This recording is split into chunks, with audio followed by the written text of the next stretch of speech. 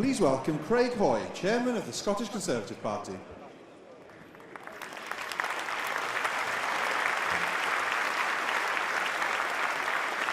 Good evening, ladies and gentlemen. On behalf of the Scottish Conservative and Unionist Party, can I welcome you to Perth for the hustings, the Scottish hustings, for the Conservative leadership election. Over the last 3 weeks, the two candidates that we'll hear from this evening have been crisscrossing the country, making their pitch to be our next Prime Minister, a Prime Minister for every part of our United Kingdom. Organising 12 hustings.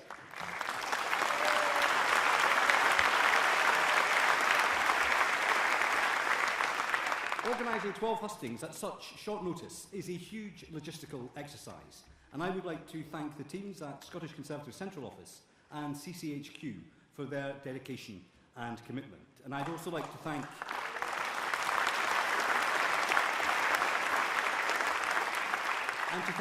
Peter Booth, who's here tonight, and the National Convention for their support. But most important of all, I would like to thank you, our members, because tonight is your opportunity to pose questions to the next leader of our party. Because whoever wins this election will need our whole party to come together behind them to beat Labour and the SNP at the next general election. And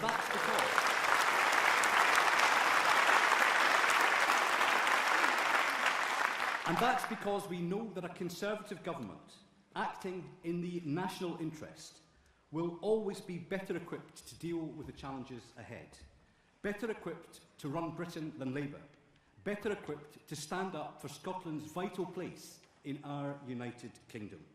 But the challenges our country faces are great. A global cost of living crisis, rising inflation, a slowing economy, an SNP government obsessed with constitutional division at any price whatsoever, rebuilding our public services after the pandemic, and Russia's evil invasion of Ukraine. I believe that both of the candidates for the leadership have the potential to steer this country through these very difficult times, the potential to win that election, the potential to return our party to government for another 5-year term. But before we hear from the two candidates in the contest to become the next leader of our party, please give a very warm welcome to our Scottish Party leader, Douglas Ross.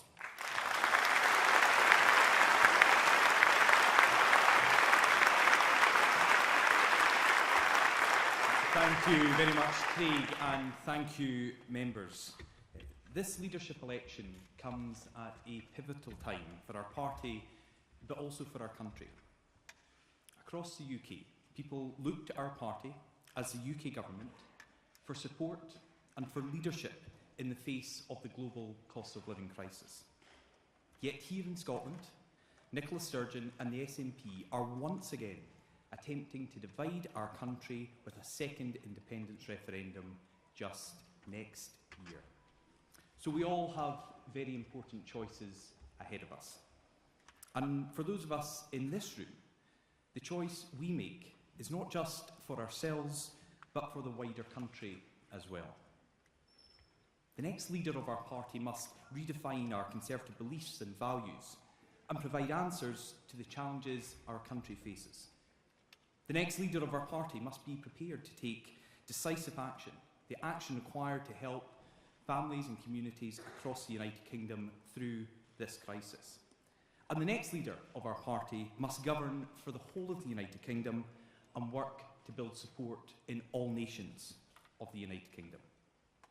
And the candidate we choose as our next leader and Prime Minister must prove over the next 2 years why we deserve to win the next general election and that historic 5th term. Fortunately for us, both Liz and Rishi are up to the challenges ahead. They have shown throughout this contest that they have the vision and the ambition to take our party and our country forward. And when the contest is over and the winning candidate is announced, they will have my support, and I know the support of everyone in the Scottish Conservatives to meet those challenges in the difficult times ahead.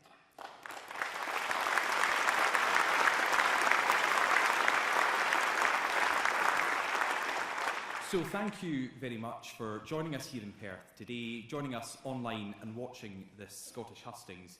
But one other person who I know will have the full support of everyone in this room is our host this evening. So please give a very warm welcome to the STV's political editor, Colin Mackay.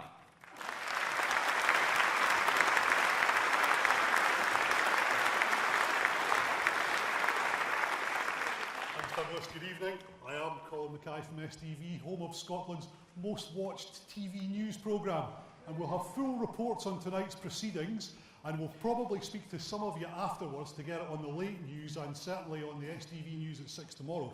We're also live streaming this on the STV News website free, so welcome to viewers there too. Because, let's face it, this is quite a scary job interview for two people tonight.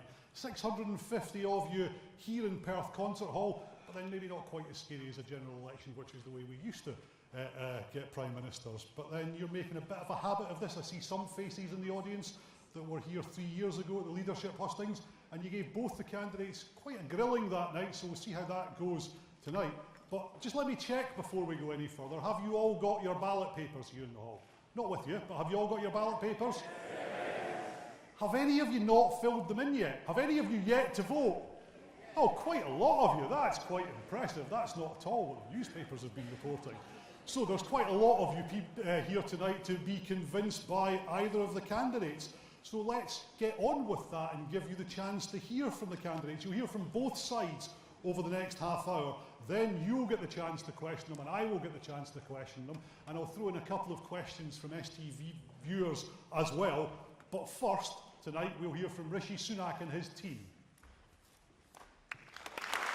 Please welcome Andrew Bowie MP.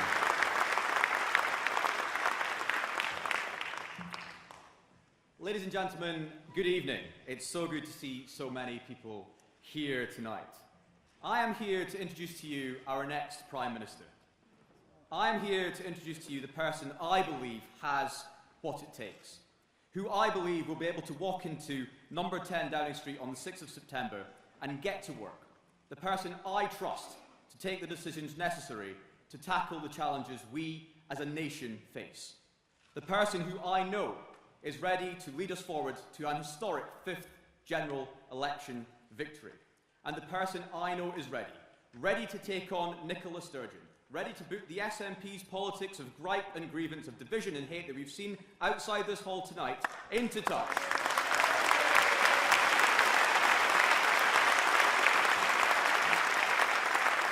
And keep our United Kingdom, our one nation, whole.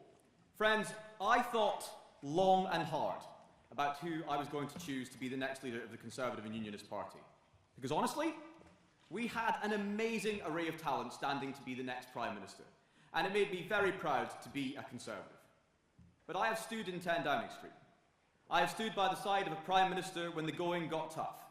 I've been in cabinet rooms when tough calls have had to be made, and I've seen up close the relentless pressure a Prime Minister is put under when being expected to deliver. And so for me, when it came to the crunch, when I had to choose the person I knew could do that job better than any other, there was only one, and it was Rishi Sunak. I knew this because he has already demonstrated through his actions that he has what it takes, and, crucially, that he is a unionist. He was the Chancellor that ensured that the furlough scheme, which saved 700,000 Scottish jobs, applied to the whole United Kingdom. He was the Chancellor that ensured that businesses across the whole UK would benefit from the bounce back loans and the Eat Out to Help scheme that kept so many Scottish businesses afloat during the pandemic. He was the man that made sure the Levelling Up Fund could be accessed by Scottish local authorities, that free ports would come to Scotland, and that has led the pushback against the devolve and forget mentality that permeates Whitehall. Devolve and forget. That's the easy, lazy approach to governing that says, Scotland, pass it to Holyrood. Friends, we know what happens when that happens. We've seen it all too often before, because we've learnt, I'm afraid, we cannot trust the Scottish National Party to act in the best interests of the Scottish people, only in the interests of the SNP. Only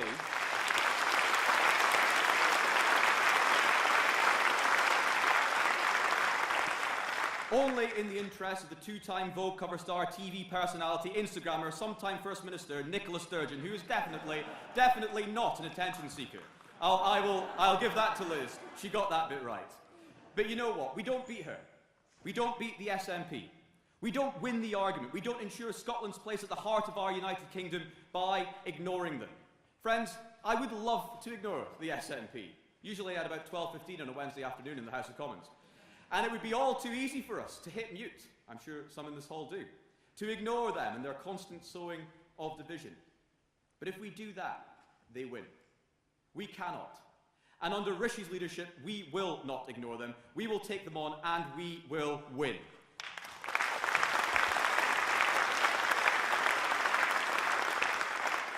Rishi will bring to an end the days of the SNP obscuring its failures by picking and choosing the data it publishes.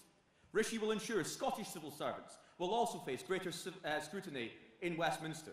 Friends, Rishi will see for the first time that this failing Scottish National Party government are properly scrutinised by the UK Parliament.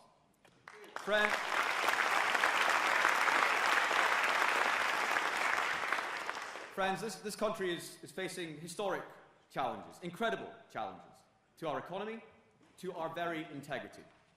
And so I am proud to stand here in front of a room of people who I've stood beside in election after election, who I know fight every single day for our party and for our country, and introduce to you a man I know has what it takes, who has what it takes to tackle those challenges, to get our economy back on a firm footing, to invest in our child's future, to lead us as we lead the world, and to keep our one nation whole with Scotland at its heart. And that man is my friend, Rishi Sunak.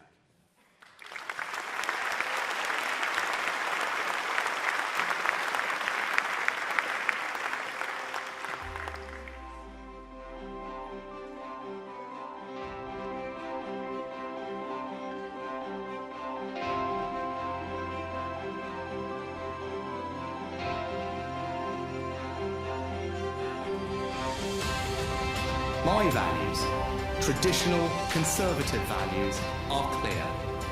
Hard work, patriotism, fairness, a love of family, pragmatism, but also an unshakable belief that we can build a better future. We need a substantial and serious leader. Rishi Sunak is the real deal. And he has what it takes to take the big decisions necessary. He has a proven track record, is highly experienced. He will deal with the threat of the SNP and the Nationalists head on, and he will unite our party and unite our country. Please welcome Rishi Sunak.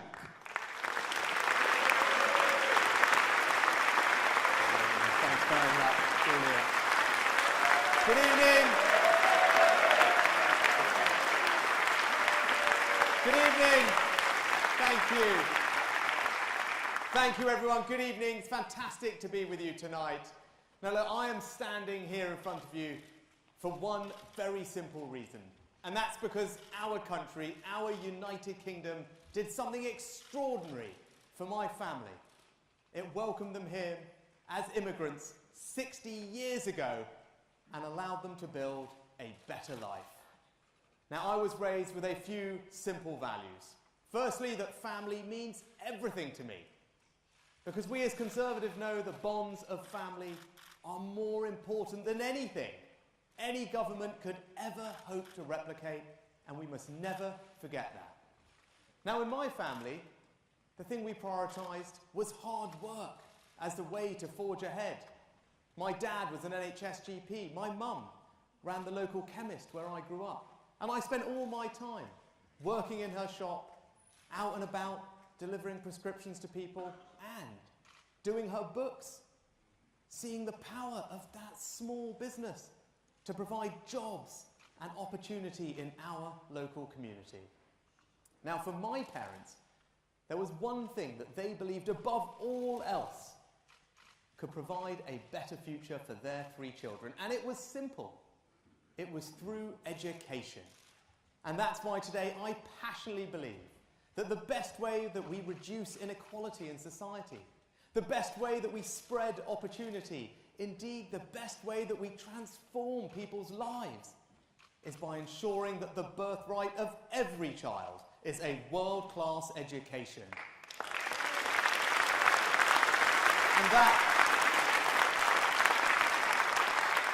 And that, my friends, when you look at what has happened here, is a lesson that the SNP government would do well to remember.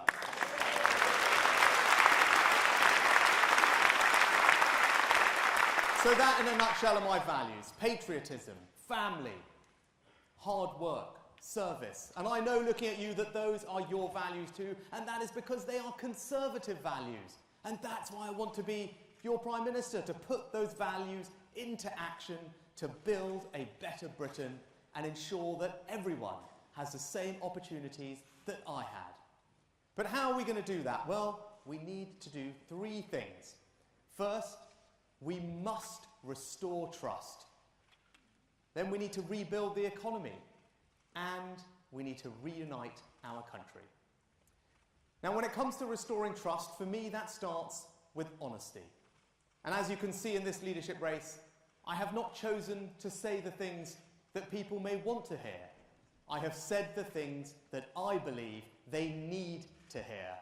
Now, even though it doesn't make my life easy, it is honest, and that is what leadership is all about.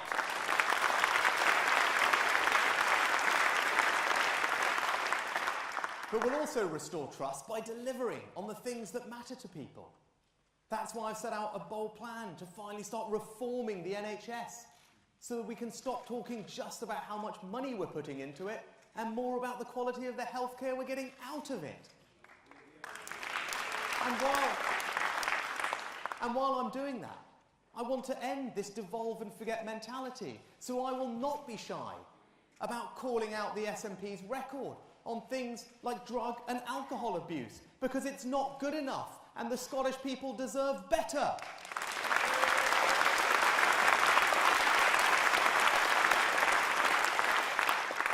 It's why I want to restore trust in our rural communities by getting our trade deals right, backing food security and supporting British farming and fisheries.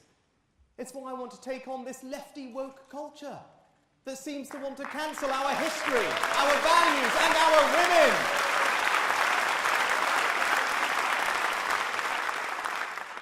And it's why I've set out a plan to finally get to grips with illegal migration, because I stand here as a product of our country's proud and compassionate history of welcoming people to our shores. But it must be done fairly and legally. And when we turn on our TV screens and see scenes of people coming here illegally, it undermines trust in the system, and that must be fixed. And with my plan, I will fix it and take back control of our borders.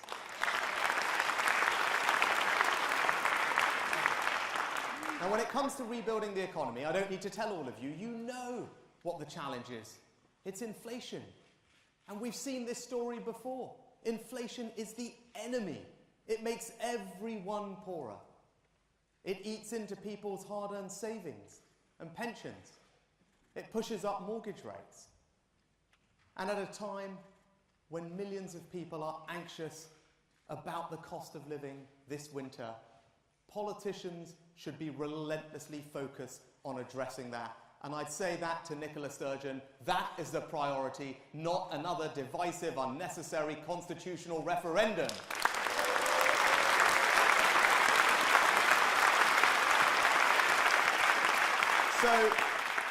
So this winter, of course, I will provide the help, particularly to the most vulnerable in our society, cutting VAT, but going further for those groups that need it, because that is what a compassionate Conservative government must do to protect the most vulnerable.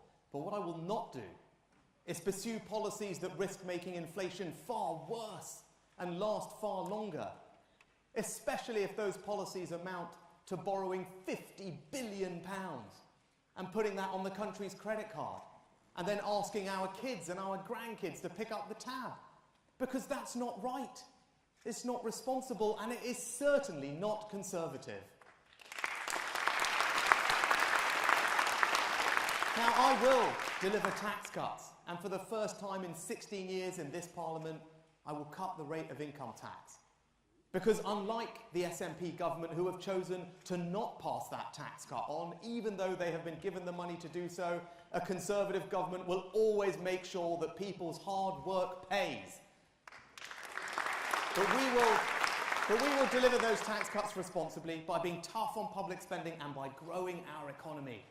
And that's why this autumn I will radically change how we tax businesses in this country, cutting taxes for those businesses that are doing the right thing, investing to grow, innovating to create the products and services of the future, because that's how you drive growth in a modern economy. And in Scotland, I want to keep investing, supporting our fantastic energy sector, making sure that we reform our financial services regulations to keep the Scottish powerhouse of financial services growing. It's why I want to make sure that I go further than I did as Chancellor and actually finally deliver not one but 2 free ports right here in Scotland. Because, my friends, we have to deliver the economic growth here. We can't trust the SNP to do it, can we? They can't even get the ferries to work.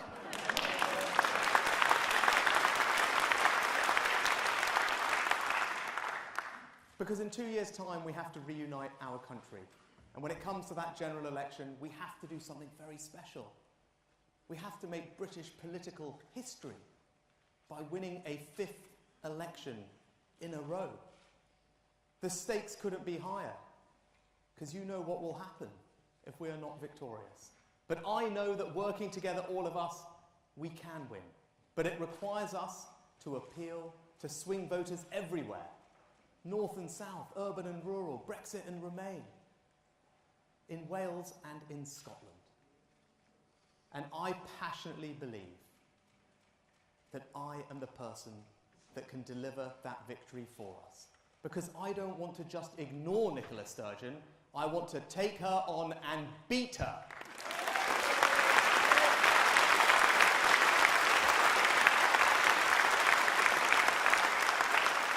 And in conclusion, let me just say this. You saw me as Chancellor in the pandemic, acting boldly, radically, to successfully safeguard our economy through the biggest shock it had seen in 300 years. Now, as your Prime Minister, I promise you, I will apply that same grip and radicalism to every other aspect of government as we build a better Britain. A Britain where our children can walk safely on the streets at night. A Britain where the NHS is reformed and there for us when we need. A Britain where our schools and apprenticeships are the envy of the world in providing opportunity. And a Britain where our economy is the most dynamic it has been, with businesses investing and innovating to create jobs in every part of our United Kingdom. But I also promise you this, perhaps more importantly, that I will give you my all, so that each and every one of you here this evening can always feel enormously proud of the Conservative government that I will be privileged to lead. So I humbly ask for your support, not just to be our next party leader, but also the next Prime Minister of our great United Kingdom. Thank you.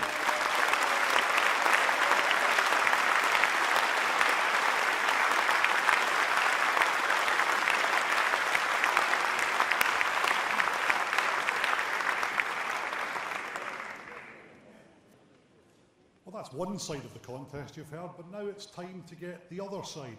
Liz Truss and her team will get the same opportunity to make their pitch to you. So please welcome on Liz Truss's team.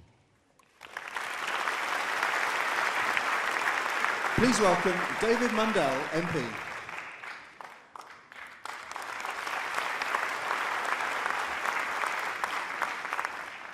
Well, good evening, ladies and gentlemen.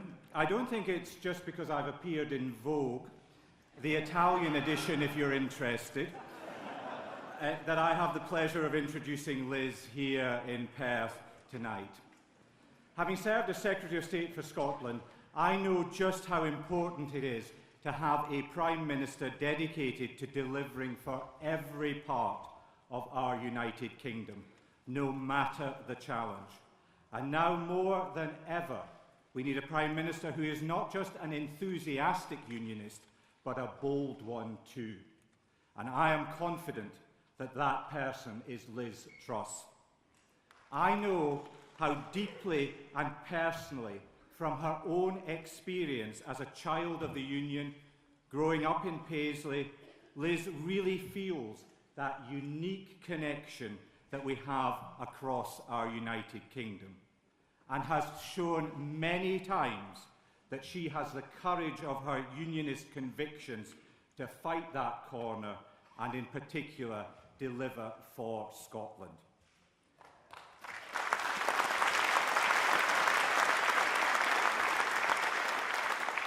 In my time in the Cabinet, Liz was a very rare thing, an ally and advocate within the Treasury, repudiating the Treasury's devolve and forget orthodoxy.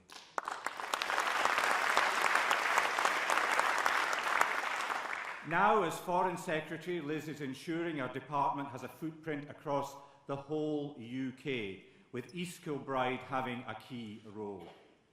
And as Trade Secretary, she not only brought additional departmental resources to Scotland, but ended the longest-running trade dispute in history by securing the suspension of the Boeing Airbus tariffs. This was a boon for Scottish business, removing those tariffs on key Scottish exports like whisky and cashmere. And as Prime Minister, Liz is committed to building on that success and supporting the Scotch whisky industry to grow its global markets.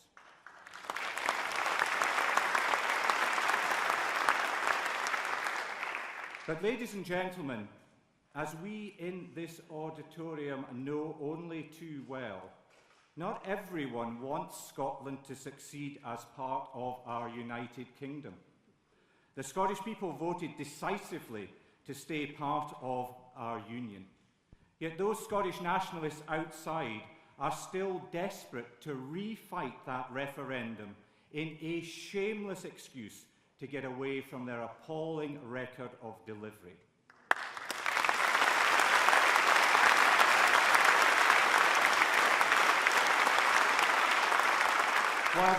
While the people of Scotland just want the constitutional wrangling to end and for both their governments to work together for their benefit.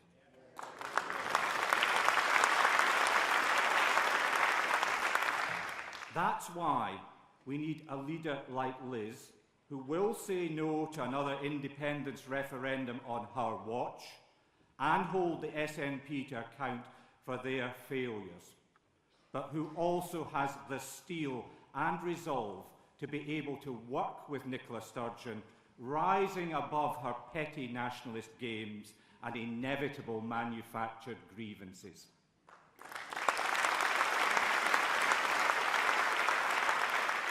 And Liz knows securing our union is not just about saying no to another referendum now, it's daily demonstrating those benefits of our union from Lerwick to Lockerbie. A bold unionist, willing and able to take on Nicola Sturgeon and the SNP, a record of delivery for Scotland, and a Conservative agenda in Downing Street to deliver growth and prosperity to our whole country. That's why Liz Truss should be our next Prime Minister.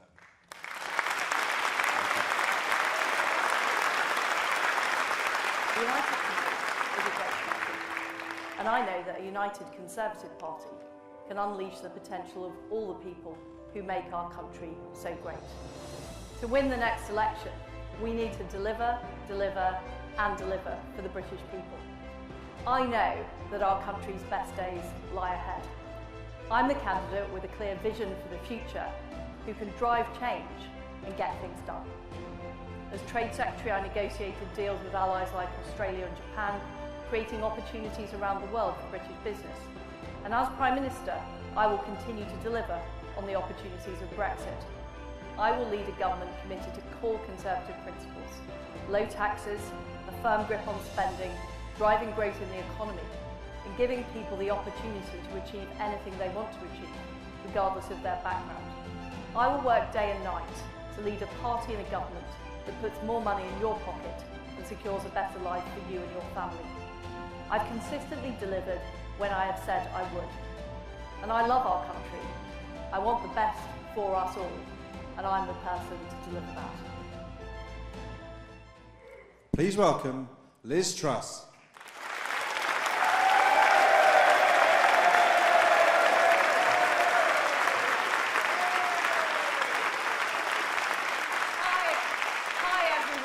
It's fantastic to be here in Perth tonight. And I spent some of my most formative years in Scotland. I went to primary school in Paisley, the West Primary School, before I moved to Leeds in England. And I consider myself to be a child of the Union. And to me, we're not just neighbours, we're family. And I will never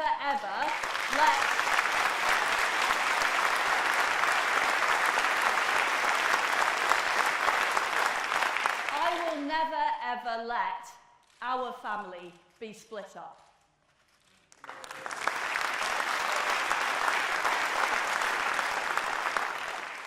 I know Scotland is a great country, full of enterprise and ideas from Adam Smith to J.K. Rowling. But the fact is, Scotland has been let down by Nicola Sturgeon and the SNP government. They have been pursuing an agenda of separatism rather than dealing with the issues they created in the Scottish education system, in the NHS, and in the transport system. And I know the people of Scotland deserve better, and they want better.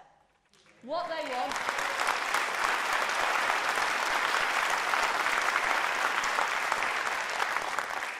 want are opportunities. What they want is a job and more opportunities in life. What they want is for their children to have a good education. In short, what they want is an aspiration nation. And that is what I will seek to deliver as your Prime Minister.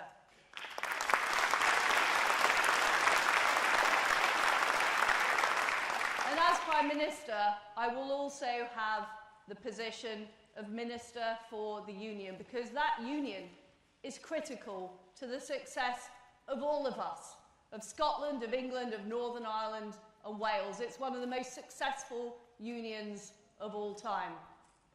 But the fact is, my friends, we do face difficult economic times. We've got the war perpetrated by Putin, we've got an energy crisis, and we have the aftermath of COVID. And we've had several decades of low growth across the United Kingdom. So we need to do things differently. We can't just have business as usual. And I have a plan for growth for the whole United Kingdom. First of all, that's about unlocking the opportunities of Brexit. And I will deliver free ports here in Scotland. I will make sure that we get rid of the EU laws off our statute books by the end of 2023.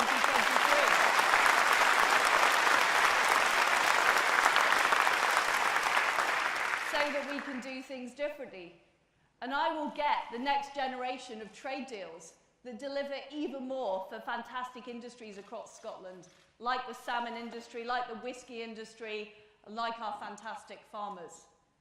I'm proud that as Trade Secretary, I got the tariffs removed by the United States. And I don't think I've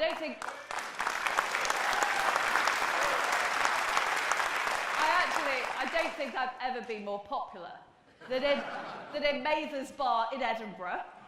A few nights after the tariffs had been removed, and I met some whisky distillers, and they told me what it meant for them.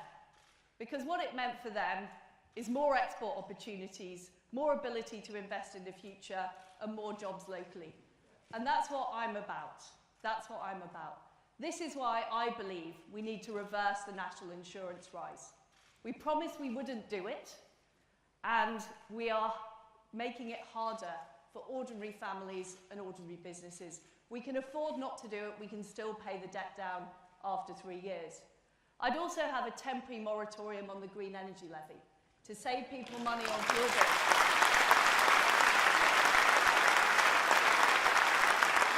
And what we need to make sure is we have this fantastic industry in Aberdeen and in the North Sea. We need to be using our gas supplies now to help people with their energy costs.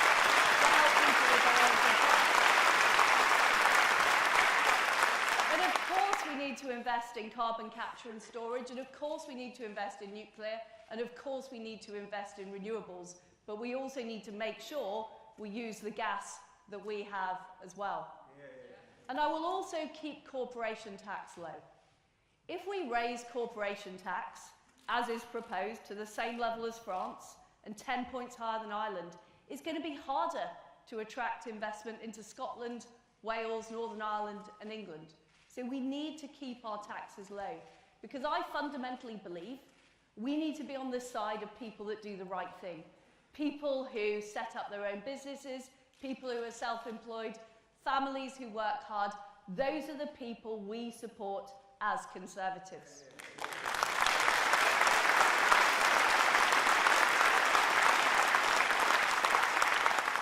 And I will back our farmers, and I will back our fishermen. We produce some fantastic produce, particularly here in Scotland, whether it's Scottish lamb and beef or our fantastic seafood industry.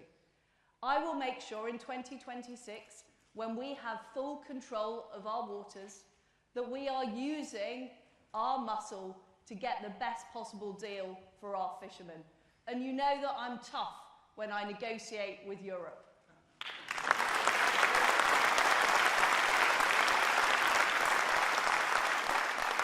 And we also need to be incredibly tough standing up to Vladimir Putin. I'm proud.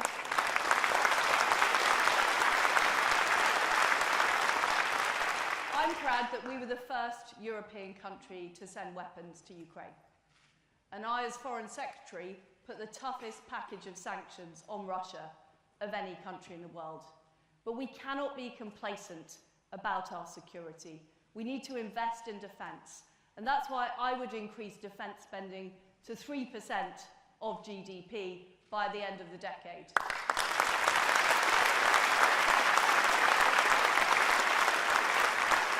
And I've seen the Type 26 being built and governed. And I want to see more of our successful defence industry here in Scotland succeed. And I will make that happen. And I will also make sure we protect and renew our independent nuclear deterrent.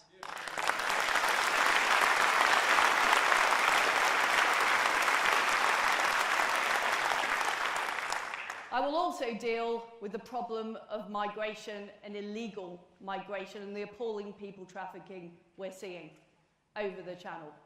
We need to not just implement the Rwanda scheme, but we need to extend it to more countries. And I will legislate in British law to make sure we can't be overruled by the ECHR.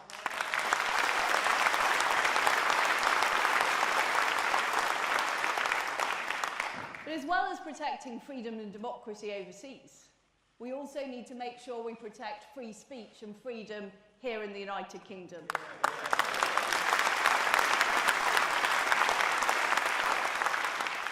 I don't have any truck with the identity politics of the left. I believe that people should be valued on the basis of their character, on their talent and their hard work, not their external characteristics. And I also believe, and I'm free to say, that a woman is a woman.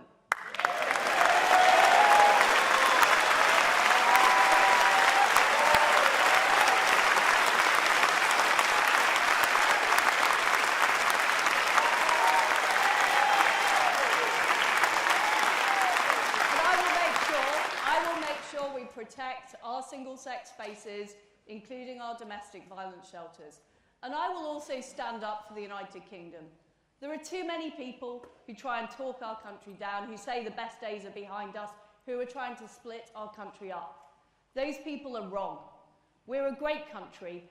I know, travelling the world as Foreign Secretary, that people have huge respect for the United Kingdom. They share our values of freedom and democracy. And we need to be more proud of that here at home. And we need to be proud to be Conservatives. The reason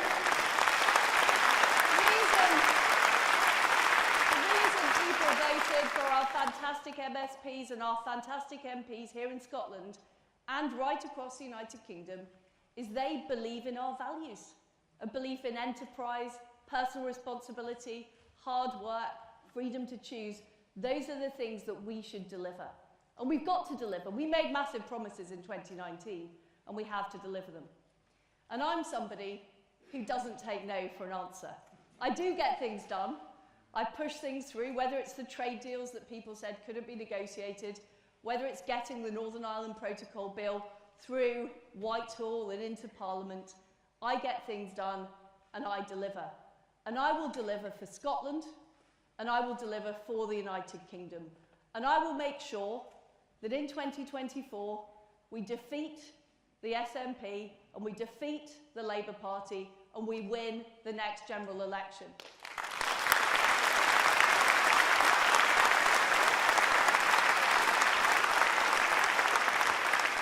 But most of all, I will make sure that now and forever, our fantastic union goes from strength to strength to strength. Thank you very much. Thank you.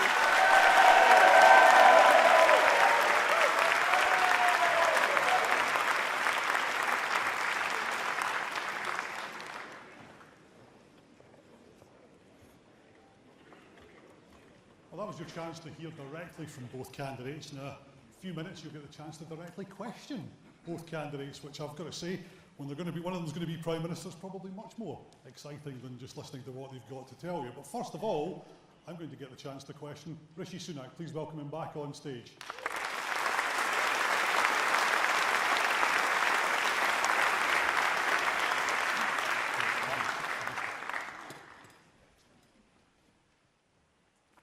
Mr Sunak, well, let's start with the cost of living crisis. How could we start anywhere else? Labour wants to freeze the energy cap for the next 6 months.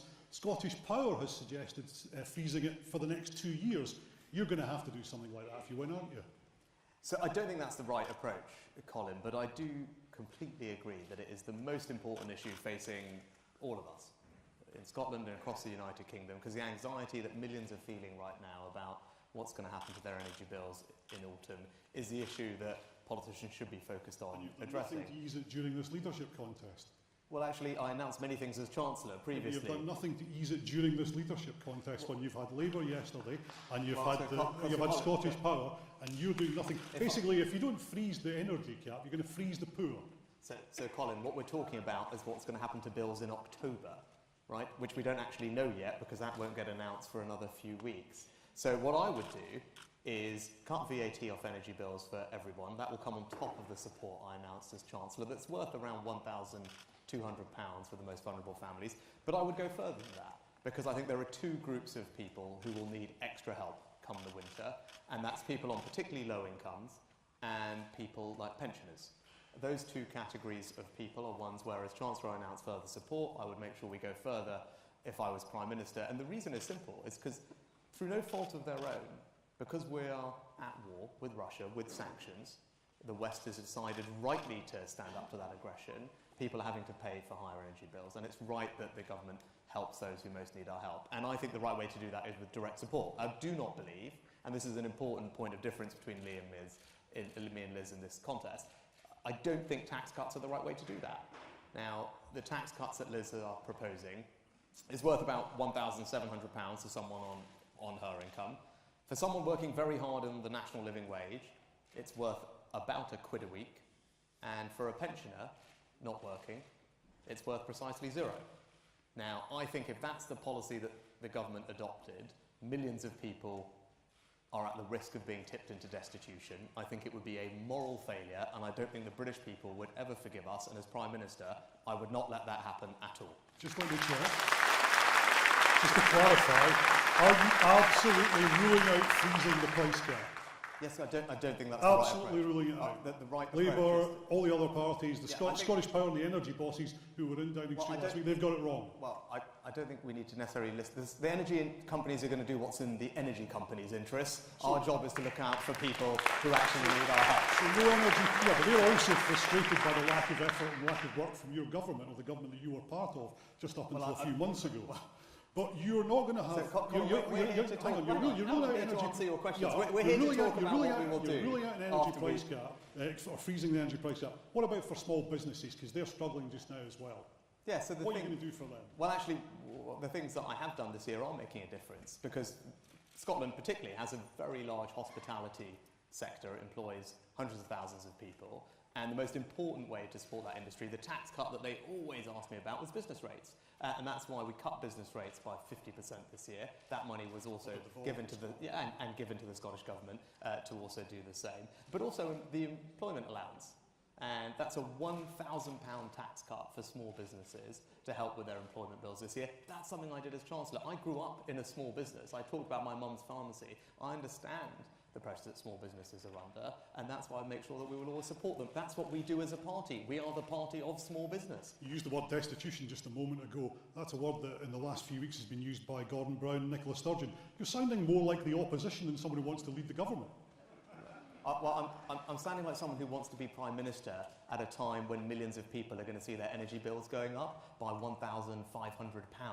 I think it's the right thing to do for a Prime Minister in those circumstances, to have a plan to address it and start by being honest about the scale of the challenge we face. Not acknowledging it is not leadership. Well, last week at the Hustings in Darlington, you said that NHS spending was fine and what we needed was reform and efficiency. How much of a pay rise would you give nurses? Well, actually, that's a devolved matter here. In England, we listen to the recommendations. How much do you think they're well, actually, if you let me finish the question, we have a well-established process. Absolutely. How much do you, if you were going to be Prime Minister, how much do you think they're worth? I would listen to the review of the independent body, and the independent body has made a recommendation, and we will do it. So let me just talk about it. So because the NHS is incredibly important. And I want to cut people's taxes, and the only way we're going to be able to do that sustainably and responsibly is if we are able to get a grip of NHS spending and focus finally on reform and efficiency of the NHS. And that's what I want to do. Only worth more than 5%, which is what we've rejected so far. Let's talk about how do we do that? Because that's the important question, right? If everyone who wants to have lower taxes, they've got to think, well, how can we get more efficiency out of the biggest area of government spending? So I have a plan to give you some sense of the things I want to do, because I want to be bold and radical about this, Colin, and I hope this is something that the Scottish Government will look at copying. Now, I want to tackle an issue that we all known about for years, but we haven't done anything about, and that is the issue of missed NHS appointments, right? Because for so long, last year, 15 million appointments were missed in the NHS, right? Not just at GPs, but at hospitals too, and that's not right. It doesn't value our doctors and our nurses, and it deprives people of the care that they desperately need. So I want to get tough on that. And this is not about making money from charging for missed appointments. It's about changing behaviour in our country, so that is not acceptable. There's something that's devolved, and the Scottish Government have already ruled something like that out. Well, they shouldn't. Because if you can get people to cancel appointments in advance, what do? We create lots more healthcare, people get treated quicker, the backlogs come down faster, and not a single person has had to penny more in taxes. That is a Conservative approach to reforming the NHS and keeping people's taxes there. Buses are threatening to go on strike across the UK because you're not giving them a big enough pay rise. Do you think they're worth more than 5%? I think we have an independent process. We have an independent process that reconciles. You're not going to get involved. Even if nurses go on strike, you wouldn't get involved. I'm going to carry on with the government's policy, which is to accept the recommendations of an independent process that is there for a reason. I've got a question from an STV viewer now. Janice Boyd from Glasgow asked if you would be prepared to live in a socially rented property on minimum wage for a week, so you can relate to the average UK citizen.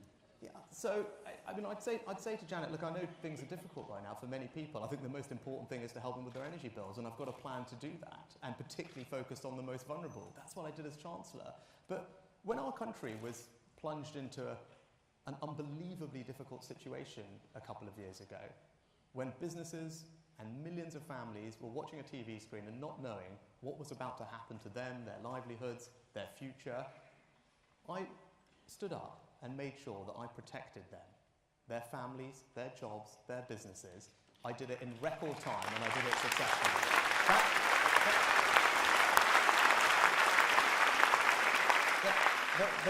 Those are my values and that's my track record. I'm proud of it and I would do exactly the same as Prime Minister. Would you ever allow another independence referendum? Look, as I said earlier on, at a time when, look, we've just spent 10 minutes talking about the most important issue, which is the cost of living, about the anxiety that people like Janet and others... So moving on to talk about independence, you're in Scotland, would you ever allow another independence It'd be referendum? great if I could just answer the question, Colin, that you posed. That'd be marvellous. Thank you very much.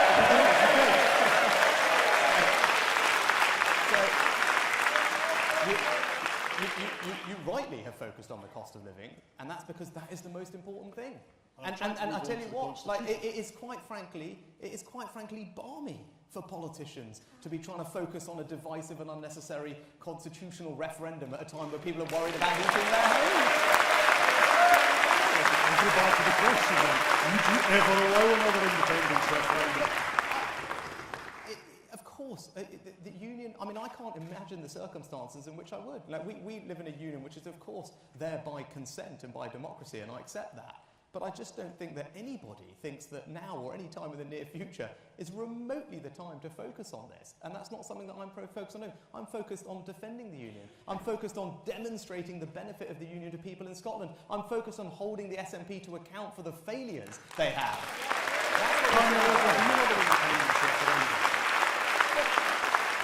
Again, this is not the thing that we need to talk about. That's the thing I'm asking you. Yeah, well, it's the thing that I'm not going to be focused on as Prime Minister. Maybe people in the hall agree with you. There's a lot of people in Scotland who won't agree with you. Well, actually, I think everyone in Scotland will agree that right now the priority is focusing on the cost of living. That but is also, the right there's the prospect of another what independence referendum next year from the Scottish What people government. in Scotland want is they want to see their governments, Scottish and UK government, working together.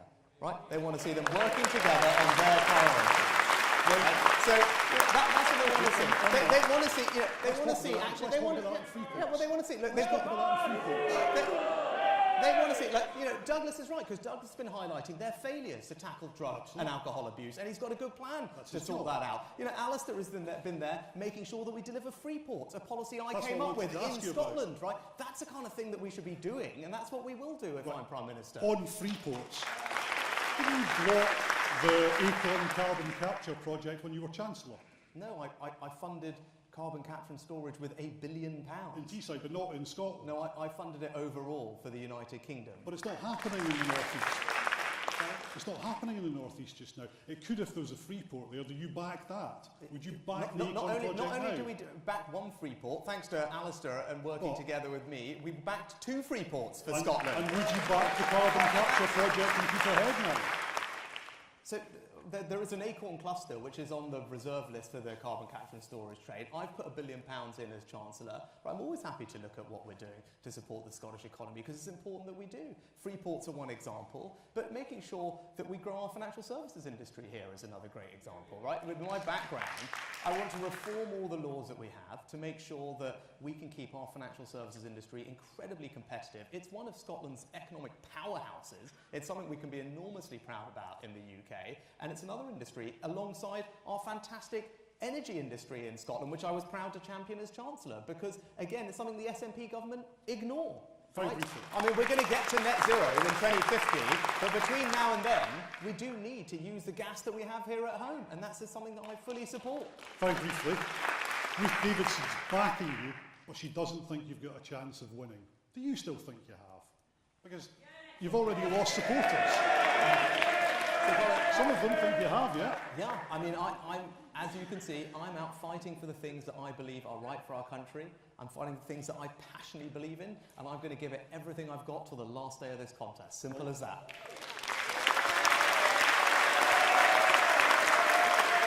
Let's open it up now to the audience. Now, there are people with white hoodies who have microphones. If you can wait till the microphones come towards you, and Rishi Sunak will take your questions. I'm going to start off maybe taking a couple at a time. So we'll take hands up if you've got a question. Right, there's a question from a lady there with grey hair and glasses. Okay, it's platinum here, sorry, it's platinum. And I'm looking for a question over there as well. Lady in a stripy top, we'll take you second. So we'll take you first, okay? Thank you. I'm Ros McCall, the Conservative Women's Organisation Chair in Scotland. The Conservatives have proven themselves to be the party of diversity, never more so than during this leadership race. But more still needs to be done. Our party is seen by the public in a certain way, so how will you combat that perception and use your skills to present the new face of Conservatism in Scotland? Mr Sunak. Well, as you said brilliantly, this leadership contest has highlighted the diversity in our party. And whatever happens at the end of this leadership contest, we're going to either have our third female Prime Minister or our second ethnic minority Prime Minister. And it was the Conservative Party that did that. Right? So that's something for us to celebrate. But look, when it comes to how do we appeal, I think actually, if you think about all the research on people in the middle, swing voters, and broadening our appeal, by definition they're not ideological because they're swing voters, right? They're not naturally Tories, they're not naturally Labour people. And what they want, above anything else, is a government that works properly. And what I want to do is run a government that is conducted seriously, that is conducted competently, and is conducted with decency and integrity at the heart of everything that it does. That is the change that I'm going to bring, and that's how we'll appeal to everyone. Okay, lady in the stripy top. Hang the microphone's there. When you're Prime Minister, I know when, will you rethink your plan to send the wretched illegal immigrants to Rwanda? It is inhuman, it's inhumane, and instead will you negotiate with the French to tackle the problem where it really begins, and that's with the illegal trafficking? Well, now, so with the greatest respect, I'm going to have to say I disagree with you, and the reason for that is simple. So look, I said this is really important. Look, I said earlier that I stand here as a representation of our country's unbelievable compassion in welcoming people to our shores. Whether it's most recently with Ukraine, but before that with Hong Kong, Syria, Afghanistan, my family, we have always done that, and we will continue to always be that beacon of hope for people around the world. But it must be done fairly, it must be done legally. And making the Rwanda policy work is an important part of getting a grip of this situation. But it's not the only thing we need to do. I'll tell you a couple of things we need to do to make sure that we can do this. We need to, I think, move away from the ECHR definition of asylum because it is too broad and it allows many people to be here who shouldn't be. The government were warned that Rwanda would kill political opponents before you agreed to send them. Did you know that? No, the United Nations used Rwanda as a place to take refugees in previous crises. The United Nations believe that Rwanda was fine, so I do think that it's fine to do it. So you weren't aware of that? So I was actually aware that United Nations have used Rwanda specifically as a refugee and asylum centre in previous crises because they believe that it is a safe place. Okay, lady up the back. Hi. Talking of the United Nations, I don't mind you scrapping the Human Rights Act as it is now. Will you fully incorporate the United Nations Convention on Persons with Disabilities into UK law? Well, madam, I can't say 100% yes because I don't know exactly what's contained in it, but what I can tell you is that making sure that we have a country, a society, economy that is supportive of those with disabilities is incredibly important to me. And I'll just give you one example of something that I did as a junior minister to give you a sense. Now, I had no idea until I met families who were grappling with this, that those who are living with complex disabilities in our society, 250,000 of them, for those people, a typical disabled toilet is simply not sufficient because they have to use changing benches and hoists to help their children. And because we didn't have enough provision of those, they were forced to do things that are incredibly undignified, change their children on the side of roads and service stations on the floor, dirty as it would be in shops. And were not able to have the day out that many families would all take for granted. And they came to see me in my surgery as a backbench MP, and they said, you know, we need you to help with disabled toilets. And I said, what? I thought disabled toilets, we have them everywhere. And they explained this thing, which I was not aware of. And then as local government minister, where I turned out it was my first job, and it turned out that building regulations were my responsibility. And what I managed to do was change our law so that when new buildings are built and when large ones are retrofitted, they would make provision for changing places toilets in all of them. But I also I also found some efficiencies in some other budgets, which I then later added to as Chancellor, to massively increase the provision of changing places toilets across the country, because I want every family to have the dignity and the ability to have a day out with their children, and that will give you some sense. I think this is very important. First of all, can I say very warm welcome to Scotland. Thank you for coming, and in whatever capacity, I hope we'll see an awful lot more of you. But one simple question that requires a short answer. Will you, within your first 100 days in office, signal the intention to pass legislation that will make it illegal for the SNP government here to spend money that is beyond their area of devolved powers, the penalty for which would be personal liability?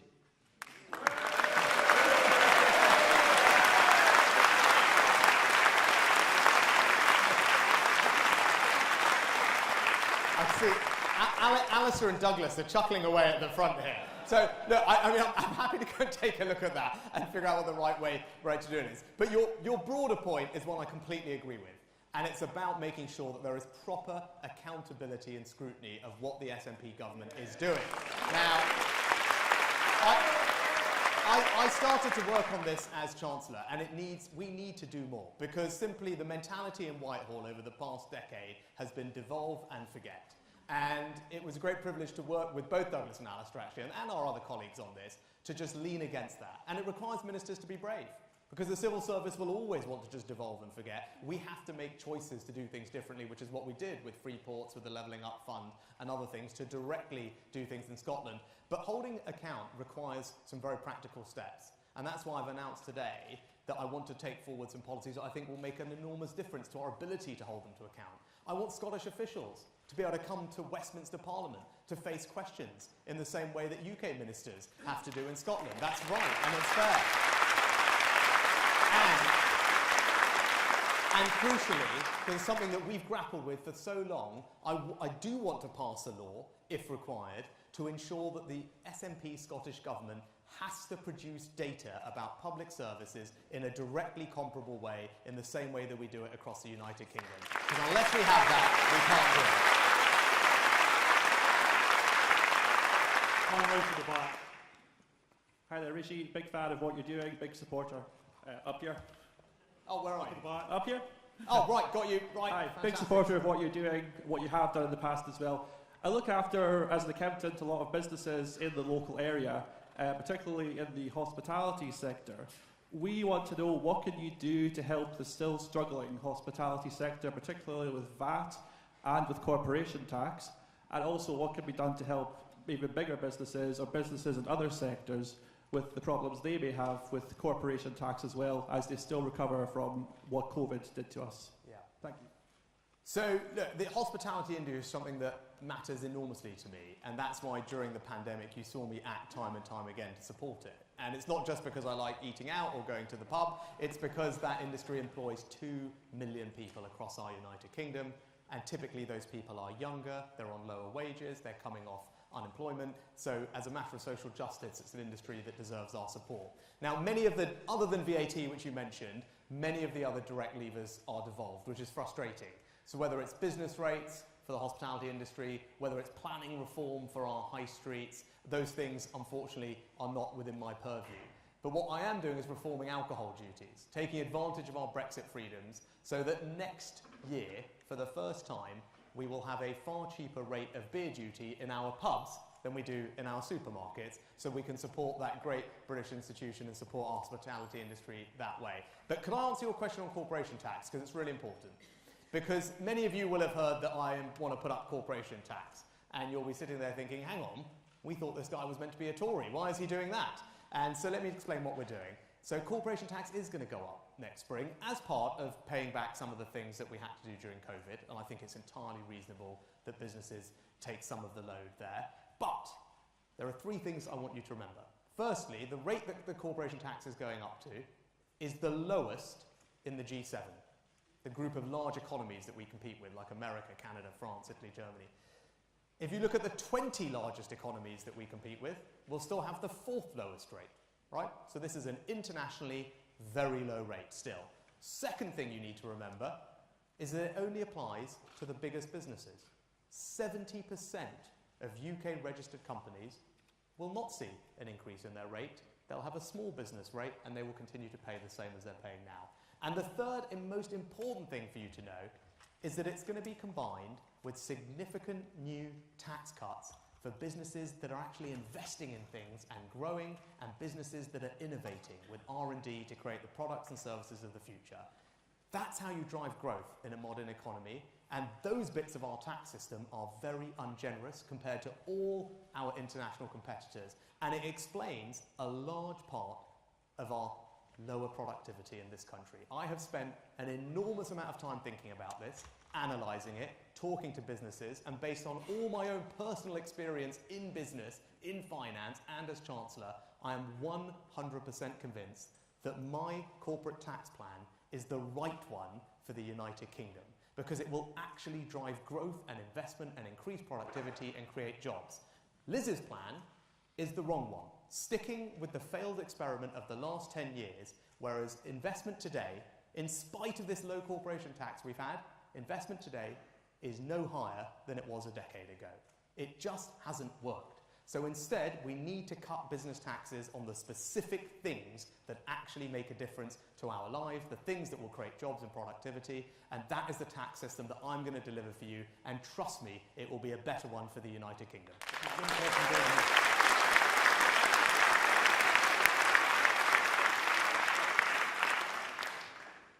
The issue of trust and confidence in politicians of all parties appears to be at an all-time low, particularly among young people. How would you start to rebuild this trust and confidence?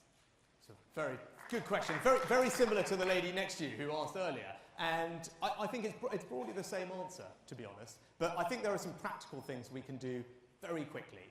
Right? The first thing is to restore the independent advisor on ministerial standards and ethics.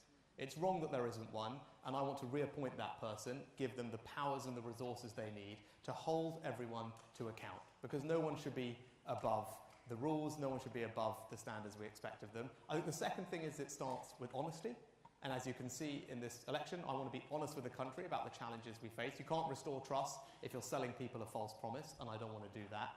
And then the third thing, to go back to what I said to your neighbour's answer, is to make sure that the government is run with integrity at the heart of everything it does, and that needs to be set by the person at the top. It's as simple as that, and if we can do that, then we can definitely restore trust, and we can appeal to a whole new generation of voters too. Are you saying it hasn't been run with integrity?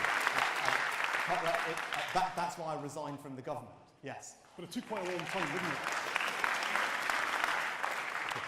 We're going to try and squeeze in a couple of questions. This lady here, and then a man in the pink tie there. Good evening, Mr. Sunak. I would like to ask, you mentioned accountability, and I think there's a general belief in Scotland that money sent from Westminster does not go where it should go.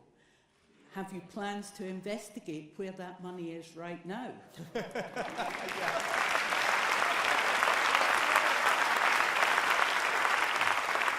No, and you're absolutely right. And I'll tell you, I tell you why this was so frustrating to me, because in the middle of the pandemic, or whenever I would be engaging with Scottish media or on the various civil society, the amount of people that seemed to think furlough had come from Nicola Sturgeon, right? So it just tells you what a job we have to do, and that's why some of the practical things that I talked about earlier are so important for us to be able to follow the money. But you saw it for the first time recently, because we finally had a chance to really go at it. Because I did a spending review for the UK, and which sent £4.5 billion a year of Barnett to the Scottish Government. And then Kate Forbes finally stood up and did her spending review. So we were actually able to see the choices they made. Now, in contrast to what we were doing elsewhere, public spending on the NHS in Scotland is growing at a far slower rate than what it is in England. Then look at the rest of the public sector. Agriculture, education, justice, local government. She's imposed austerity on all those parts of public services. And yes, I have put an income tax cut in, and that's in, and I've given the Scottish Government money to pass that income tax cut on. They chose not to do that. So you might scratch your head and say, hang on, well, where's all this money going then? So they're not giving it to the NHS, they're in austerity everywhere else, they're not giving the income tax cut. We found out where it's going. You know where it's going? the welfare budget in Scotland is increasing by 50% over the next 5 years, right? That is wrong, right? And we have got to be able to make that argument. We are a party that believes in people working hard, and we want that hard work to be rewarded. That's where the priority should be. It should be on cutting people's taxes, not putting more money into the welfare system, and we have got to make that argument, and that's one of the ways that we're going to beat Nicola Sturgeon, because our values are the right values, and they're the values of the majority of people in our country. Just on that, you would bypass the Scottish Government with some spending, would you? I'm going to go down, but would you bypass the Scottish Government with some spending? We already have started that, and we'll do more of it. Yes. How much? Well, I want to find all the opportunities that we can to do what we've started. So whether it's with the Levelling Up Fund, the Shared Prosperity Fund, whether it's with now Freeport, so there is an ability for us to demonstrate directly to communities in Scotland the value of the UK government, because Nicola Sturgeon says she believes in devolution, but she doesn't really. Devolution to her just means powers to her. Real devolution.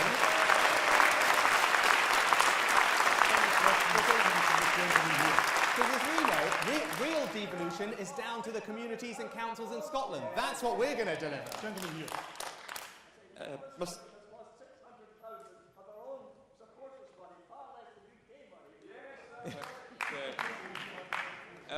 Mr. Sunak, thank you very much for coming to Perth. It's lovely to speak to you today. Thank you. And it would be even better to see you, number 10, as a man with proper family values and trying to keep it a traditional family. But my question is about the NHS. As someone who has actually had their life saved by the NHS, who's been, I was declared dead at one point, but I was brought back to life. I cannot speak more highly enough about what is probably one of the greatest assets that this country has to offer. If you win and enter number 10 and get in charge of this country, how soon will you start reform and start bringing down waiting times and making the NHS run more efficiently without compromising on the health of patients, particularly that of patients with mental health issues? Yeah. Well, first of all, I'm so happy to hear that you recovered properly, and that is a fantastic success story, because the NHS, when it works well, is extraordinary. And that's why it's important that we as a party must be trusted with it, because we're not going to be able to win elections if the public don't trust us on their number one public service priority, because your story is replicated a millionfold across the country, and that's why we need to make sure we're trusted with it. Now, I can be trusted with it. I grew up in an NHS family. Right, I talked about my mum and my dad, and then as Chancellor I did something incredibly difficult, right? Something that many of you probably don't actually love, and that's because I created a brand new health and social care levy to make sure that we put extra funding in at a time of enormous strain for the NHS because of the backlogs and to grip social care once and for all. Now, I did that, by the way, on a UK-wide basis. I did it on a UK-wide basis deliberately, because the National Health Service is a national service. The clue is in the name. And we must never let the SNP try and make that anything less than it is. It is a unifying institution that everyone in the United Kingdom feels proud about. And I will make sure as United Kingdom Prime Minister that I'm supporting the NHS in all parts of the UK and ensuring that people everywhere, especially in Scotland, get the care that they need. And that's why I will not be shy about holding the SNP to account for not delivering the things that they should, because healthcare is vital, they've been given the money to do it, and now they've got to get on and deliver it, and we will make sure that they do. I'm afraid our time is up. We'll come back with more questions for Liz Truss, but please show your appreciation for Mr. Sunak.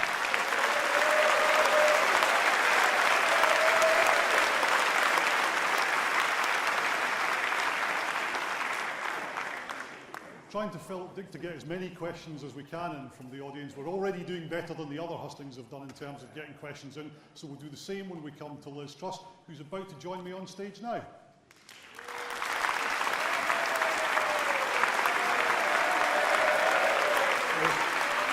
Please have a seat. And you. I'm going to start where I started with Rishi Sunak, because it is the obvious place to begin. 3/4 of Conservative supporters backed Labour's plans on energy costs, according to a poll in the Times yesterday. You're being left behind on this, aren't you? Well, first of all, I think we need to reduce taxes. because it's important people are able to keep more of their own money. And what I think is wrong is the idea we take money from people in taxes and then give it back to them in benefits. So what I would do is reverse the national insurance increase, but also have a temporary moratorium on the green energy levy. The next thing we should do is look at supply. And I was in Aberdeen earlier today.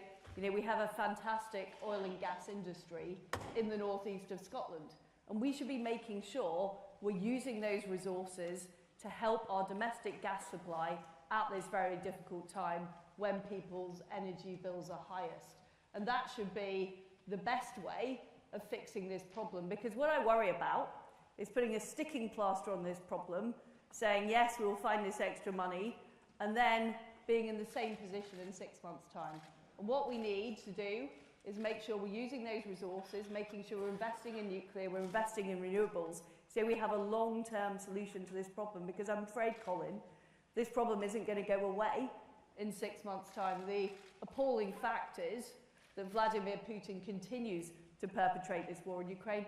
Of course I want to end it as soon as possible. Of course I want to give the Ukrainians all the support we can. But what is not right is simply to throw money at the problem without dealing with the root cause. But if as that point suggests, your own party's supporters think that the energy price cap, extending that is a good idea, is that not something you should at least be considering? Well, what people are concerned about, and I totally get this, is energy bills.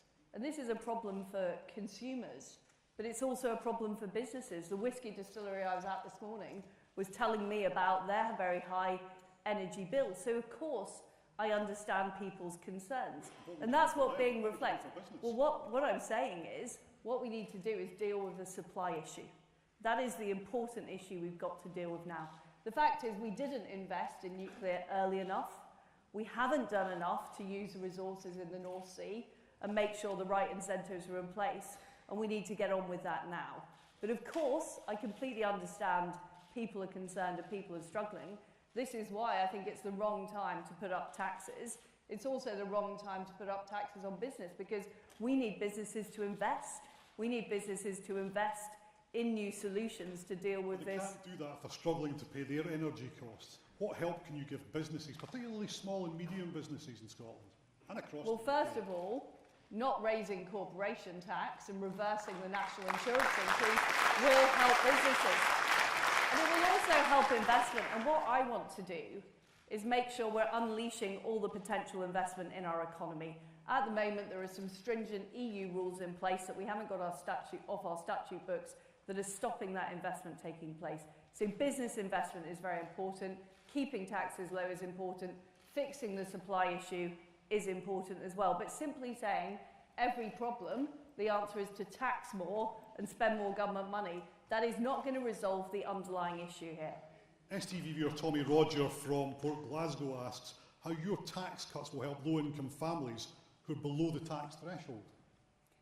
Well, they will help everybody, because a growing economy means more jobs, more opportunities and more growth. And currently, this country is forecast to go into recession. And we need to avoid that, because I know how difficult a recession is. I grew up, and I said this earlier, in Paisley in the 1980s, in Leeds in the 1990s. I know what difficult economic times look like, and we do not want that for people. This is why it's important that we get investment, that we get businesses successful, that we get economic growth, so we avoid those consequences for all families. So the idea... With their energy bills. Well, I've already said that I'll have a temporary moratorium on the green levy, which will cut energy bills for anything.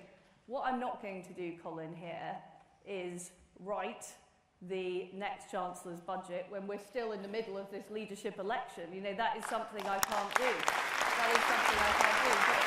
But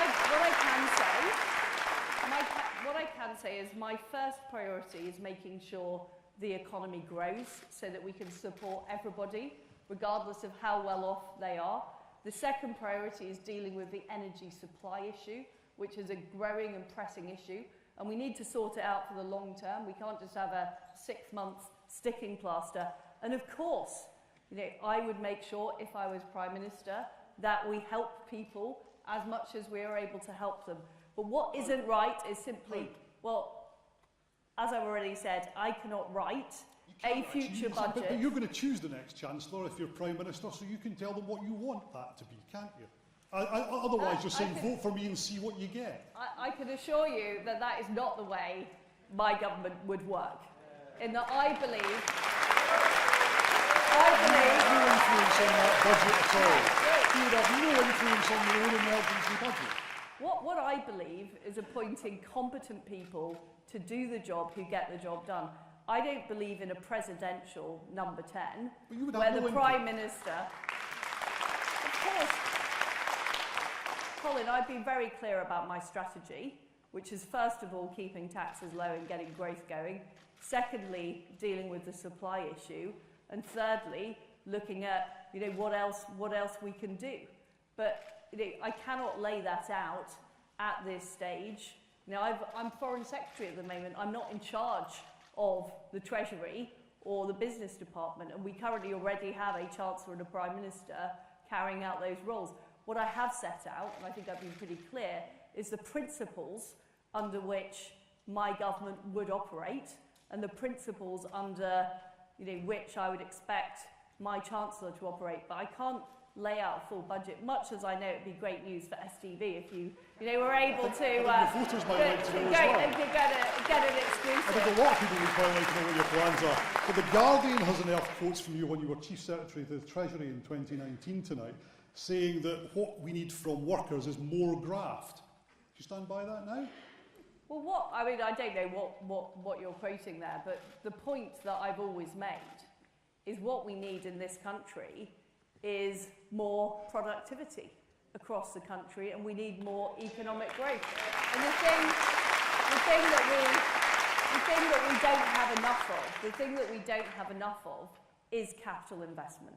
And that is why it's so important that we get businesses investing, whether it's in the oil and gas industry, whether it's in the whiskey industry, because we haven't done enough, to be frank. And I have been openly critical of some of our economic policies, including the national insurance rise. And even if these policies were okay for normal times, the fact is we're not in normal times. We're in extraordinary times, and we need to be bold, and we need to do things differently.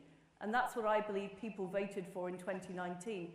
They wanted us to unleash opportunities across the United Kingdom, and that is what I would be determined to do as Prime Minister. You described yourself as a child of the Union.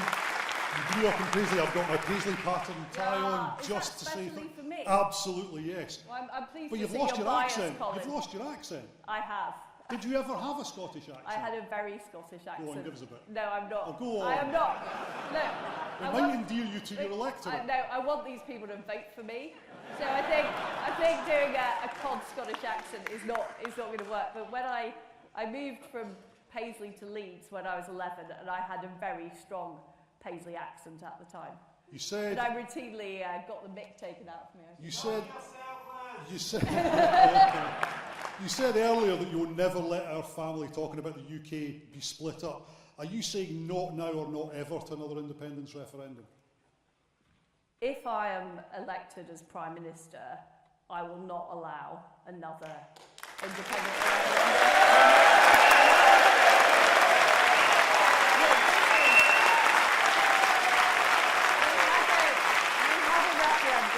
We had a referendum in 2014.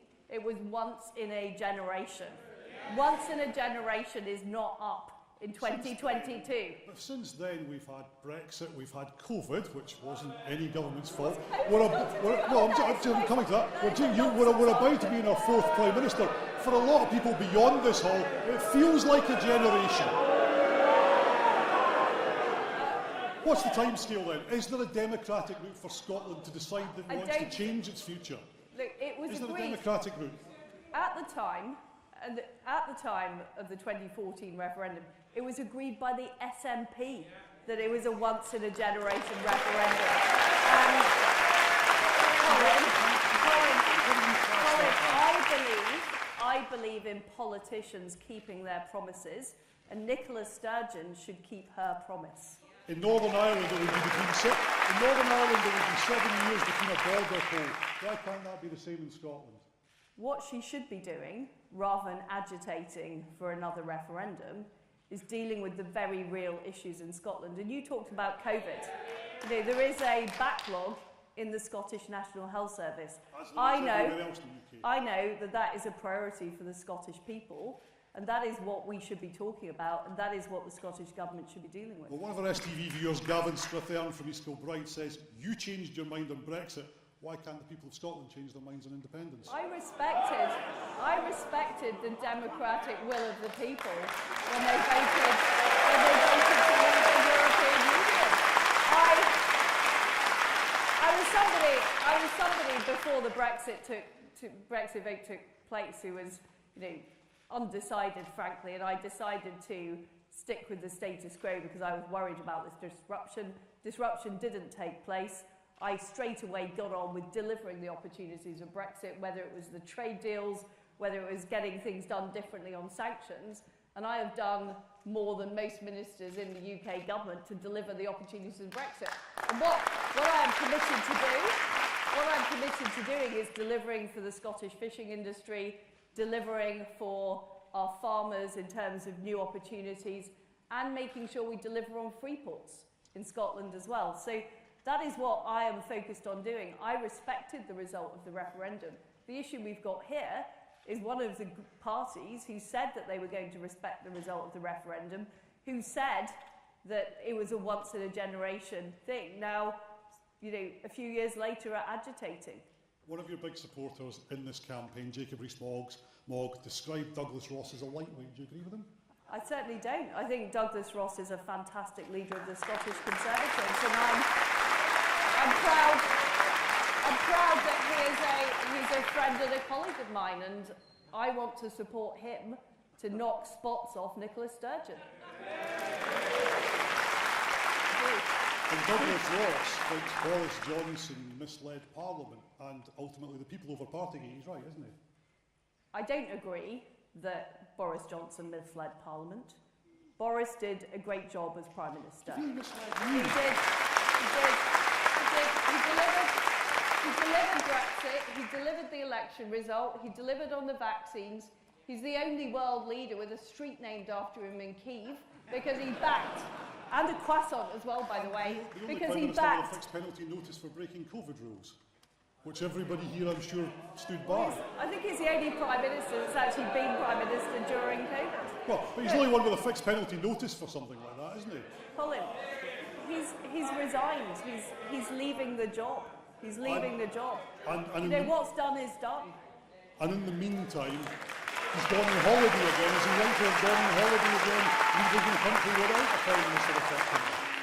I think Boris Johnson is entitled to go on holiday. I think all of us are entitled to go on holiday, apart from candidates in this leadership election who are absolutely not There is no entitled break for to you go on whatsoever, holiday. because we're now going to move on to our audience questions.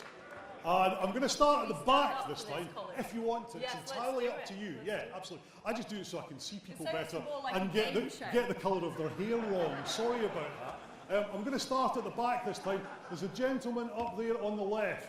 Is there a microphone going to him sitting next to a woman in red? Near the front? Yes. And if you can put your hands up when you want me to come to you, I will try. I'll come to you next because you didn't get in the first round. Gentleman there first. Hello Liz, thanks for coming to see us in Perth this evening. In Scotland we have one functional nuclear power station. The SNP would like us to believe that they have the controlling power over whether we can have any further nuclear within Scotland. It's clear that we need it. How do we deliver it as a United Kingdom?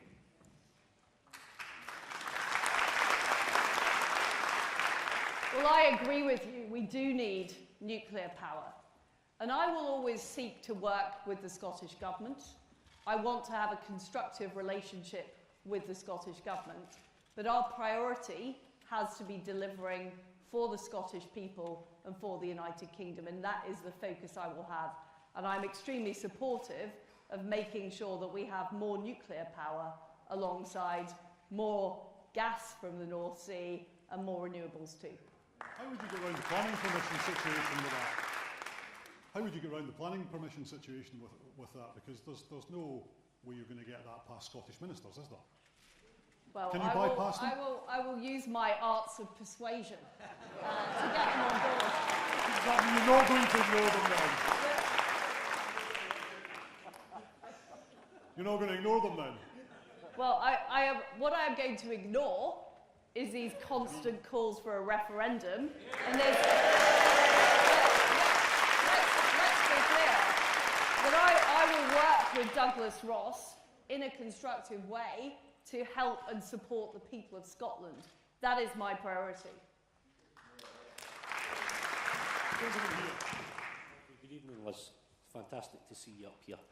One of the questions I have is, when we talk about reversing taxes or bringing in tax cuts, when we looked at removing the red diesel there, it's had a knock-on effect, especially in local authorities where, with our rescues trucks, our equipment and civic sites are now having to pay full tax on that. Also the construction industry and new house building for local authorities. Is that something that would be considered? Well, what I want to do is look at the tax system overall, because there are many ways in which our tax system doesn't work. It's too complicated, it's too convoluted, and in many cases it doesn't support business enough. So areas like business rates, for example, areas like duties, I think are too complicated. So I can't make any promises at this stage, but what I will do is have a thorough review of the tax system to make it simpler and fairer. And the key principle for me is that people who do work hard, people who set up their own businesses, people who, produce food, fishermen, these are the people we should be supporting, and we should be making sure the tax system doesn't penalise them. Okay, quick question from the gentleman in front. Good evening, Ms. Truss. Both candidates are saying about helping the pensioners, and I know that very shortly we're going to be calculating what the increase in the state pension is going to be. Under the previous government, under the previous Chancellor, there was the possibility of the pensions being increased by 8%, but he then re-looked at the figures and decided to increase the pensions by 3.5%. Are we going to use the highest level of increase, or are we just going to fudge the figures again? I can tell you I won't fudge the figures. I'm fully committed to the triple lock, which gives the highest rate.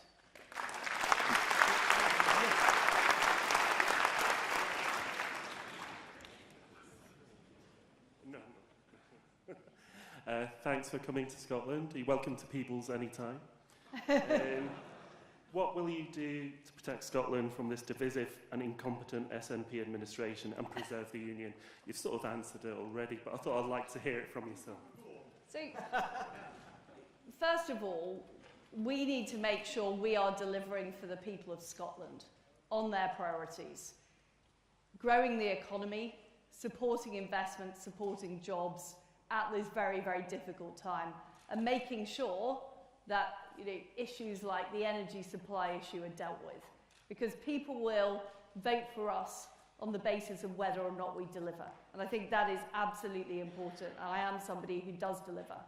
I also want to work very closely with Douglas and his team in Holyrood, because I think it's very important that we support each other, and that the Cabinet are regularly talking to the shadow team in the Scottish Parliament, and we are able to get things done in that way as well. And that is the way that we can take on Nicola Sturgeon. It's by demonstrating that we're delivering as a UK government and pointing out, and Douglas and his team pointing out, the failings that we've seen. I mean, we've seen failings on everything, from ferries to trains to roads to nuclear power to education, to health. The list is endless. But what we need to do is show we're delivering. So it can't be just about what the SNP isn't doing. It also has to be about what we are doing. And this is why I think things like delivering for the Scotch whisky industry is incredibly important. And it shows what having a committed UK government that talks to counterparts around the world, opening up opportunities, delivers for Scotland. So we need to carry on showing that we're delivering and how that is improving people's lives across this country. There's a lady who's got out of her seat especially to ask you the question. Liz, thanks for coming this evening. Both candidates have spoken this evening about supporting those that work hard and do the right thing.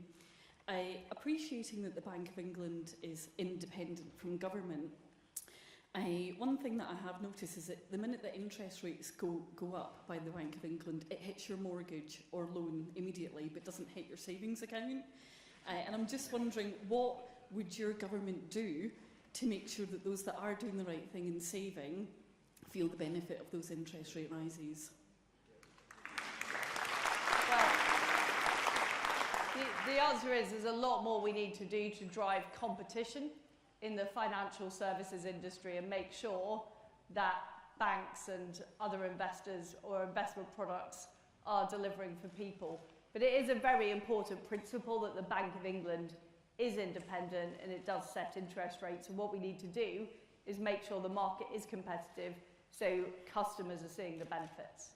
Gentleman there. Liz, good to see you in the fair city. If you become Prime Minister, will you consider reinstating the 0.7% of GDP that we spend on overseas aid? Well, the answer is that at present it is not economically affordable. I will see what the position is, and when we are able to afford it, we will do it, and we're committed to that under legislation. But what I have done as Foreign Secretary is make sure that we're focusing our money on humanitarian aid. So we put a lot of money into Ukraine to support the people who are suffering and struggling with food and with accommodation and shelter. We're also putting a lot of money into the Horn of Africa.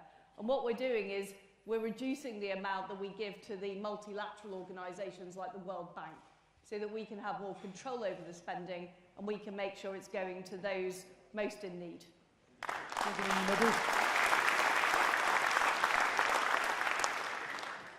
Good evening, Madam Prime Minister. Please don't get ahead of yourself. Please. Don't let me get ahead of myself. Okay, my question is about research and funding, something that both candidates have not mentioned at all in this leadership contest. So there's currently work going on about UK's association with the EU Horizon. So what are your plans to make sure there is an alternative for us scientists to be able to carry out our work, to continue to battle, to provide, to make sure that we're ready for future pandemics? Because I know a lot of people will agree with me, science did a lot of work to solve the problem of COVID. You need to give us more funding to do more work, to carry out more research, to cure diseases like cancer and diabetes. Well, you're right. Research, see a lot of researchers in the audience today. Research is incredibly important, and what I have been doing as Foreign Secretary is meeting with counterparts like the Swiss, the Israelis, the Japanese, to look at wider research networks the UK can be part of. Because of course, we want to work with the EU on Horizon, but they are not the only show in town. And I think it's important that we build that wider international network. We are one of the world's best countries for research, particularly in areas like life sciences and physical sciences. And I'm determined that we build that wider international network so that we are able to share our expertise, have that collaboration, and really have a global reach. And that is the opportunity for Britain. Now we're no longer tied to specific schemes in the European Union. We really can develop with the best in the world.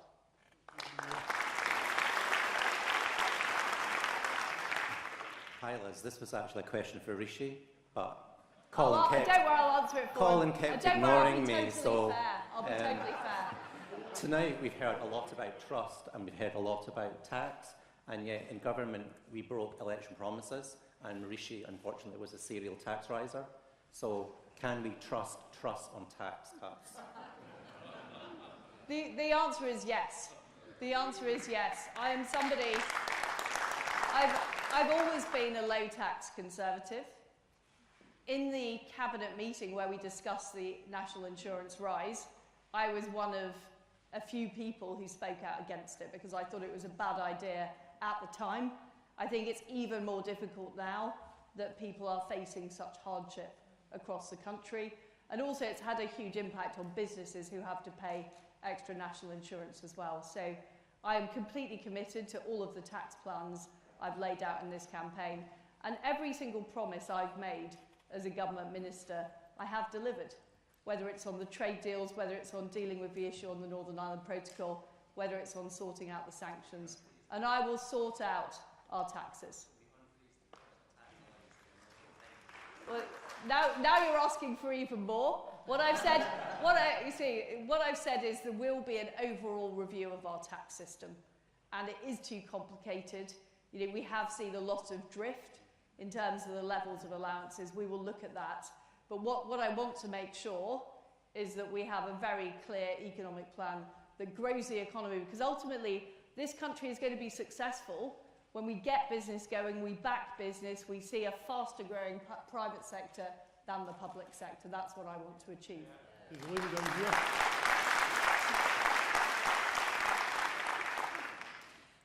Hi Liz. I'm from Northern Ireland, was brought up there. I've been living on the mainland now for 20 years. I was home the other week and all my friends and family would like to know, are you going to get Sinn Féin and the DUP into government to get things done? It is a warm-up, but the answer is yes, but we do need to resolve the issue with the Northern Ireland Protocol. Because at the moment, what the protocol is causing is it's causing a feeling of unfairness between the two communities in Northern Ireland, because it is very hard, and people, I know there are Scottish businesses who've stopped sending goods to Northern Ireland because of the bureaucracy and the paperwork. So we need to sort that out. We need to create the green and the red channel, and we also need to make sure that the people of Northern Ireland are able to benefit from the same tax rates as the people of Great Britain. It's understandable that people feel they're not being treated as part of the United Kingdom because of the way the Northern Ireland Protocol is operating. So this is why the Protocol Bill is important. I have been in talks with the DUP and they are supporting the Northern Ireland Protocol Bill, and I expect to see things happening and the executive reforming. Right, I'm going to try and squeeze two more in. There's a gentleman up the back and then there's a lady in the middle. Good evening, Ms Truss. You have talked a lot about the role of fracking could play in addressing the energy crisis. In light of the Scottish Government's position on fracking, how would you, as Prime Minister, persuade the SNP Green Scottish Government to change their mind? Yeah, well, it's a similar question to the nuclear question. I do think the Scottish, the SNP Green government is on one hand they're saying people should have lower energy bills, and on the other hand they're refusing to back anything that will actually help deliver low energy bills. So,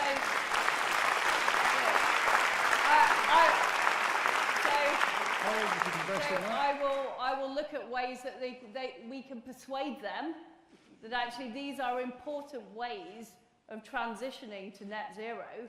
But what we can't do when we're achieving net zero is to hammer consumers and hammer businesses in Scotland, because ultimately what it will mean is less revenue into the exchequer and fewer opportunities for the people of Scotland. So I will make that case. Lady there with a brief question, isn't it? It is a brief question, isn't it?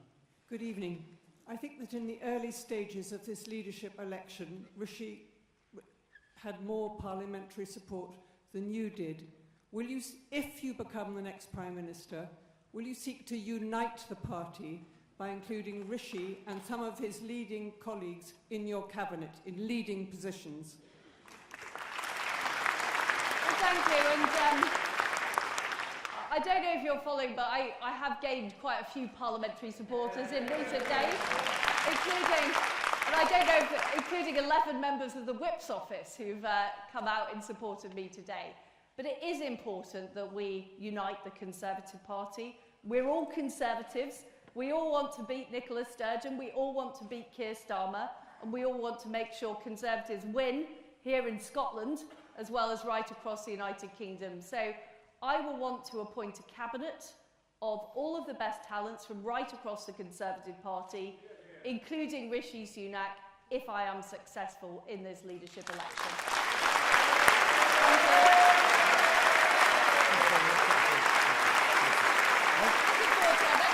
Absolutely.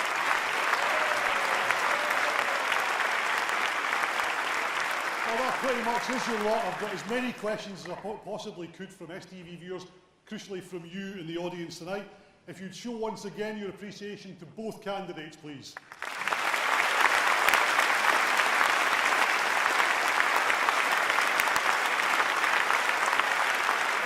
A lot of you hadn't made up your minds before. Have you made them up now?